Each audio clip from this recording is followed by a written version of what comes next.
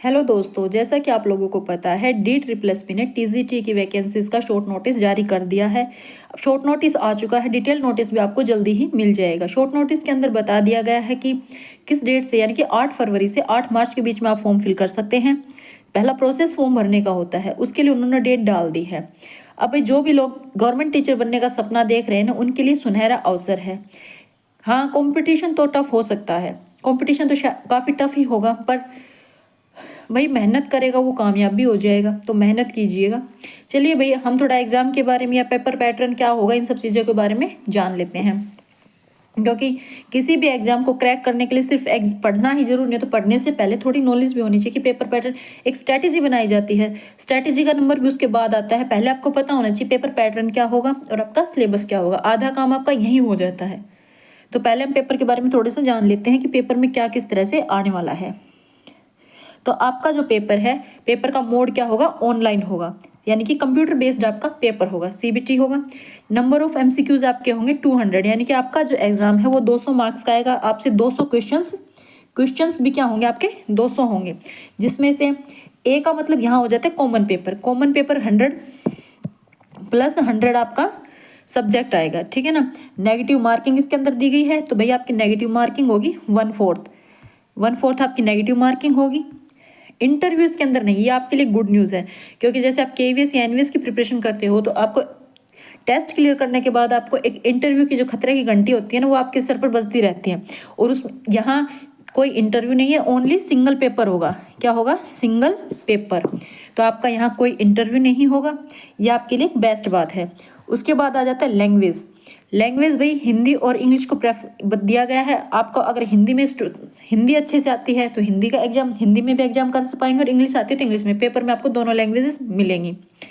उसके बाद आ जाते हैं भाई CTET। तो TGT के लिए तो CTET लेवल 2 जरूरी है। CTET लेवल 2 आपका क्लियर होना कंपलसरी है TGT के लिए। अदर स्टेट का टेट नहीं चलेगा। कहीं कोई सोचे STET या UP टेट या रीट वगैरह, नहीं। आप सेंटर के लिए, दिल्ली की जॉब के लिए अप्लाई कर रहे हैं, DSSB की जॉब के लिए अप्लाई कर रहे हैं, तो आपका CTET क्वालिफाई होना जरूरी है। एज की बात कर लेते हैं। एज अभी तो नोटिस में दी नहीं गई है, डिटेल नोटिस आएगा उसमें पता चलेगा अच्छे से तो क्या है। पर अभी इन वैकेंसीज से पहले जब DSSB ने PGT की वैकेंसीज निकाली थी, तो उसमें उन्होंने पुराने रूल्स के अकॉर्डिंग वहाँ एज कितनी रखी थी, 36 साल, जो उनका पुराना रूल था, ठीक है ना। तो उसी के हिसाब से हम इसमें भी मान के चलते हैं कि आपकी एज 32 होनी चाहिए। और फीमेल्स के लिए यहाँ DSSB जो है वो फीमेल्स के लिए 40 ईयर्स की एज को कंसीडर करता है। तो आप यहाँ एज को, जब तक डिटेल नोटिस नहीं आता है, क्योंकि PGT में पुराने रूल्स के अकॉर्डिंग 36 रखा था, तो हम उसको पुराने रूल्स के अकॉर्डिंग 32 और 40 मान के चलते हैं। पर रियल एज का तो आपको जो डिटेल नोटिस आएगा उसमें ही पता चलेगा। उसके बाद आ जाते हैं OBC SC ST फीमेल। इनके लिए आपके आ जाती है एग्जाम की, जब आप फॉर्म अप्लाई करते हैं तो उसमें आपको फीस जो भरनी होती है ना, उस फीस के बारे में। तो यहाँ ये ध्यान दीजिएगा, SC ST और फीमेल्स के लिए कोई फीस नहीं दी गई है। और एक बात और, जो OBC आप अगर दिल्ली का फॉर्म अप्लाई कर रहे हैं, तो आपको ये पता होना चाहिए दिल्ली जो है वो एक यूनियन टेरिटरी है या एक राज्य है, तो उसमें क्या केंद्र शासित प्रदेश है, तो वहाँ की ही OBC होना जरूरी है, ठीक है ना। SC ST ऑल इंडिया का कंसीडर होता है। अगर कोई हरियाणा या राजस्थान या UP का OBC है, तो वो दिल्ली में OBC में काउंट नहीं किया जाएगा, वो दिल्ली में अनरिजर्व में ही आएगा, UR में ही आएगा, ये ध्यान रखिएगा। SC ST आपका ऑल इंडिया में माना जाता है, पर OBC उसी स्टेट का माना जाता है जिस स्टेट की उसके पास सर्टिफिकेट है, ठीक है ना। चाहे आप सेंटर की बनवा लेंगे तो भी आप KVS और NVS या सेंट्रल जॉब्स में अप्लाई कर सकते हैं उस OBC से। पर जो DSSB की वैकेंसीज है, ये एक अलग स्टेट की वैकेंसीज हैं, यूनियन टेरिटरी की वैकेंसीज हैं, तो इसमें आप OBC में कंसिडर नहीं किए जाएंगे, ध्यान रखिएगा। तो आपको अनरिजर्व कैटेगरी में ही या जनरल में ही अप्लाई करना होगा। अब आगे चलते हैं भाई, कॉमन। अब आ जाते पेपर। अब हमने जैसे देखा था, कॉमन पेपर आपका 100 नंबर का आएगा। कॉमन पेपर 100 नंबर का है, जिसमें आपका GK 20 नंबर की, रीजनिंग 20 नंबर की, मैथ 20 नंबर का, हिंदी 20 की और इंग्लिश 20 की, यानी कि 5 सब्जेक्ट होंगे। ये 20-20 नंबर की वेटेज रखेंगे। और आपको इस टोटल 20-20 यानी कि टोटल 100 में से 40% लेना जरूरी है। 40% आपका क्वालिफाइंग है।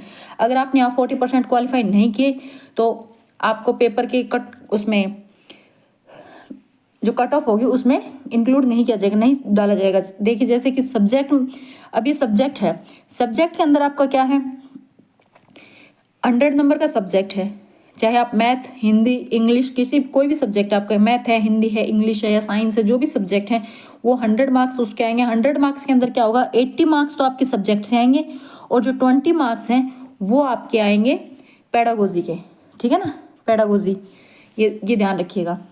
CDP से आएंगे आपके पेडागोजी से 20 मार्क्स और 80 मार्क्स आपके सब्जेक्ट के होंगे, जो आपकी NCERT वगैरह इन बुक से पूछे जाते हैं, जो सब्जेक्ट में पूछे जाते हैं।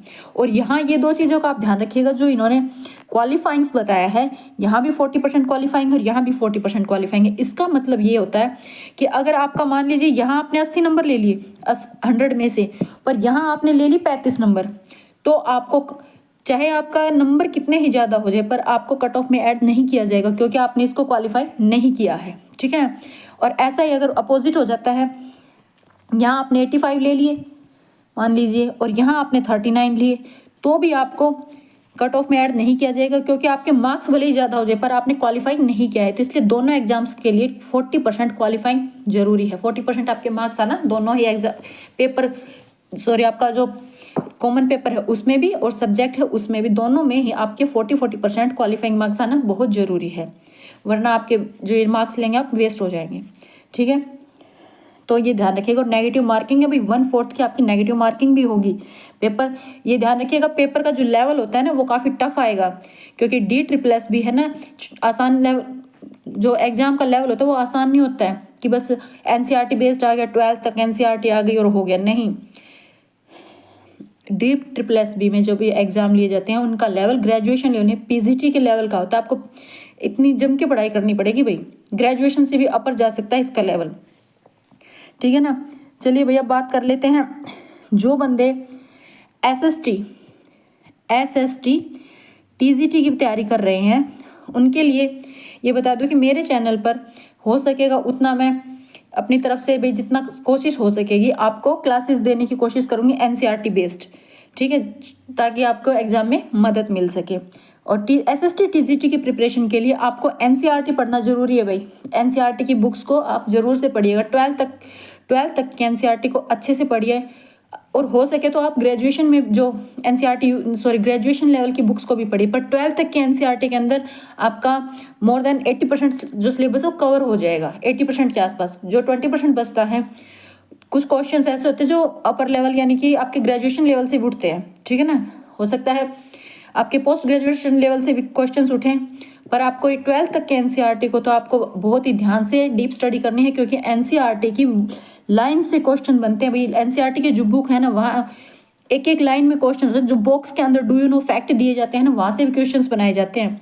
और ये इसलिए बताया जा रहा है क्योंकि प्रीवियस ईयर के एग्जाम हुए ना उनके अंदर मैंने क्वेश्चंस को देखा है, उनको कुछ पेपर जो प्रीवियस ईयर के हैं D++ के उनको एनालिसिस किया, तब पता चला कि भाई क्वेश्चंस जो है वो NCERT से आए हैं और NCERT की लाइन से उठे सीधे।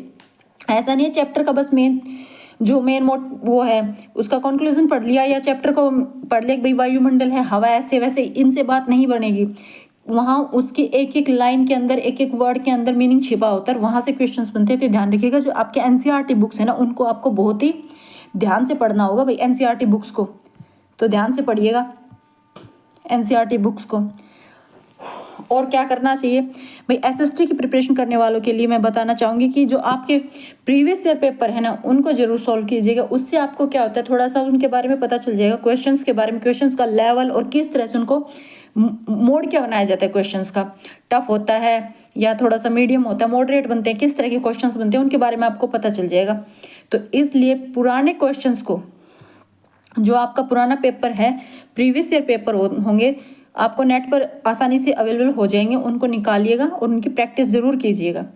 और ये तो आपको पहले जब आप किसी भी एग्जाम की तैयारी करते हैं ना तो उससे पहले आपको पेपर पैटर्न और सिलेबस के बारे में अच्छे से पता होना चाहिए कि पेपर का पैटर्न क्या है।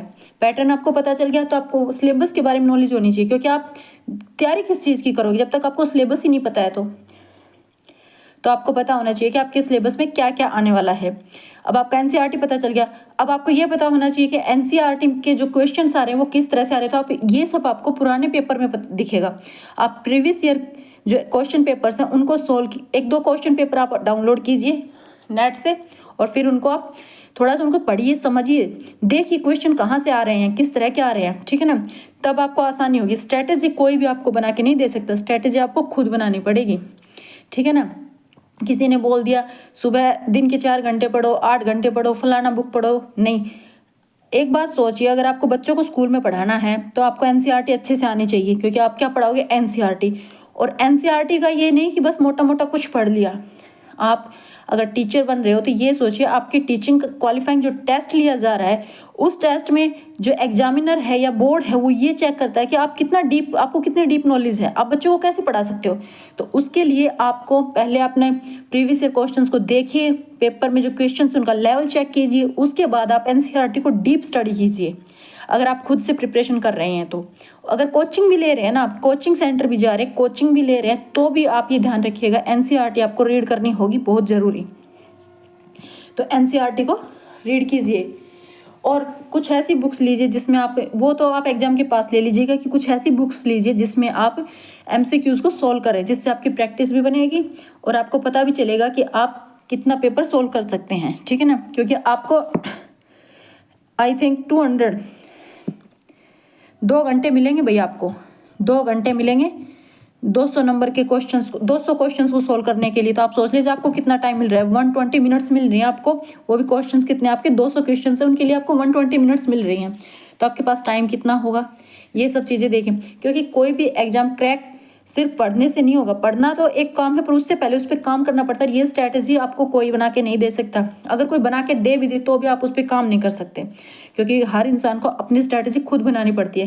क्या पता आपके पास किस टाइम होता है, आपको सुबह टाइम मिलता है, शाम को टाइम मिलता है, आप जॉब करते हैं या शादीशुदा लड़कियां हैं भाई, गृहस्थी में है, वो भी अपना काम करती हैं, इस तरह से। तो आपको अपनी स्ट्रैटेजी खुद बनानी होगी, तभी आप काम पर कर पाएंगे। आपके दिमाग में ये होना चाहिए कि आपको ये जो एग्ज़ाम है ये क्रैक करना है, आपको एग्ज़ाम क्रैक करना है। तो उसके लिए आपको खुद से अपने अंदर से मोटिवेट होना है, बाहर किसी चीज़ को देख के मोटिवेट नहीं होना है।